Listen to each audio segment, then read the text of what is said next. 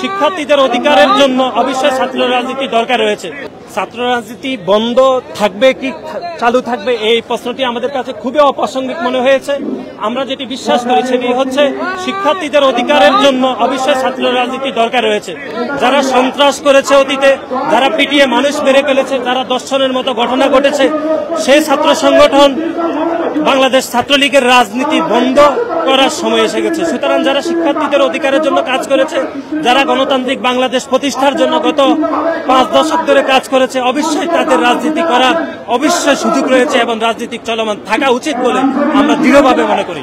যে গত 5 আগস্ট ছাত্র জনতার গণ অভ্যুত্থানের মাধ্যমে এই খুনি হাসিনা সরকার দেশ থেকে পালিয়ে যেতে বাধ্য হয়েছে এবং 5 আগস্ট পূর্ববর্তী সময় আপনি দেখেছেন জুলাই এবং আগস্ট মাসে কিভাবে ছাত্র জনতাকে গুলি করে নির্বিচারে হত্যা করেছে এই খুনি হাসিনা সরকার।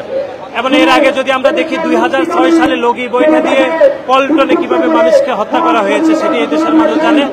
এবং 2008 সালে বিডিআর বিদ্রোহের সময় আমরা দেখেছি নির্বিচারে 57 জন আর্মি অফিসারকে হত্যা করেছে এই খুনি হাসিনা সরকার। এবং 2018 সালে একটি যুক্তিক কোটা সংস্কার আন্দোলনকে কেন্দ্র করে যে মুভমেন্ট হয়েছিল, সেই আন্দোলনকে দমন করার জন্য খুনি হাসিনা সরকারের লেজুরবৃত্তি পুলিশ নির্বিচারে গুলিবর্ষণ করেছে। এবং আপনারা দেখেছেন নিরাপদ সড়ক আন্দোলনের সময় শিক্ষার্থীদের কিভাবে নির্বিচারে হত্যা করা হয়েছে। এবং গত 16 থেকে 17 বছর ধরে একটি গণতান্ত্রিক বাংলাদেশ প্রতিষ্ঠার জন্য বিএনপির ভারপ্রাপ্ত চেয়ারম্যান জনাব তারেক রহমানের নেতৃত্বে যে আমরা আন্দোলন সংগ্রাম করছি, সেই আন্দোলন সংগ্রামকে বাধাগ্রস্ত করার জন্য বিএনপি সহ ছাত্র দলের হাজার হাজার নেতাকর্মীকে হত্যা করেছে।